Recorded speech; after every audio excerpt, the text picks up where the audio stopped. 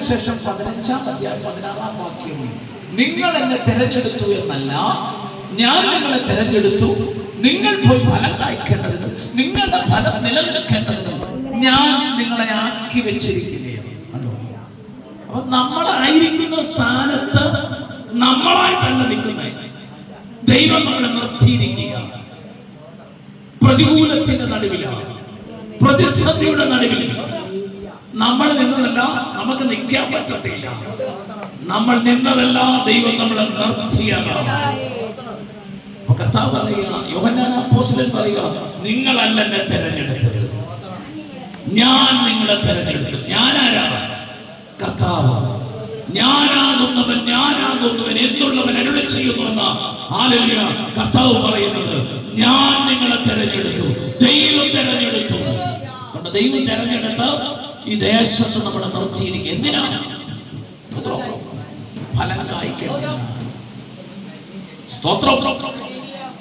നന്ദിയോടെ നമ്മളൊരു ഫലവൃക്ഷം നട്ടു കഴിയുമ്പോൾ ഫലം കായ്പിക്കത്തില്ലെന്ന് പറഞ്ഞ ചില കീടകളും പ്രാണികളും ഒക്കെ വന്ന് അതിന്റെ ഇലയെല്ലാം തിന്ന് കളയും, നശിപ്പിച്ചു കളയും, അല്ലേ?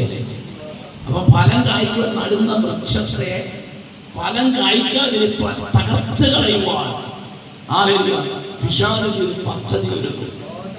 അപ്പൊ ദൈവം നിർത്തിയിരിക്കുന്നെങ്കിൽ അത് ഫലം കായ്ക്കുന്നത്.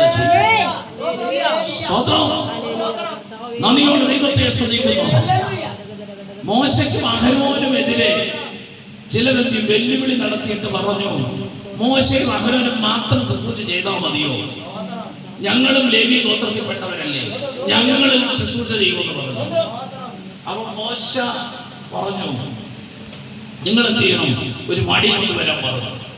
കണ്ടോ? മടി കൊണ്ടുവന്ന് ദൈവസന്നിധിയിൽ കൊണ്ടുവെക്കാൻ പറഞ്ഞു. സാക്ഷ്യകൂടാരത്തിനകത്ത് കൊണ്ടുവച്ചു. എന്നിട്ട് പറഞ്ഞു, ദൈവം ആരെ തെരഞ്ഞെടുത്തിട്ടുണ്ടോ അവന്റെ വടി തളിർക്കും, ഫലം കായ്ക്കുന്നു.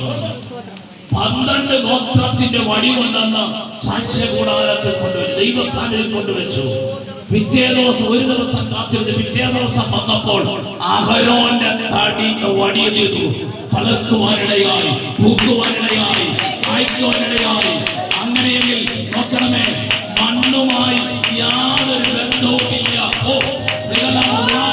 മണ്ണെ പിടിച്ചു വെച്ചിട്ടില്ല, വെള്ളം ഒഴിച്ചിട്ടില്ല. ഒരു പക്ഷെങ്കിൽ ഉണങ്ങിയ കമ്പായിരിക്കും. ബദാമിന്റെ കമ്പ് ഫലം കായ്ച്ചെങ്കിൽ ഇന്ന് പകൽ ഫലം കായ്ക്കത്തില്ലെന്നും കായ്പ്പിക്കത്തില്ലെന്നും ദേശത്ത് ആർക്കെതിരെ പദ്ധതി ഒരുക്കുമ്പോൾ ഇന്ന് പകലിൽ ദൈവത്തിന്റെ പ്രവൃത്തി ഇന്ന് പകൽ വെളിപ്പെടുന്നത് ഓർത്ത് ഞാൻ ദൈവത്തെ സ്തുതിക്കുകയാ. നിന്റെ ഫലം കായ്പ്പിക്കത്തില്ലെന്ന് പറഞ്ഞ് നിന്റെ ദേശത്തൊന്നും ഓടിച്ച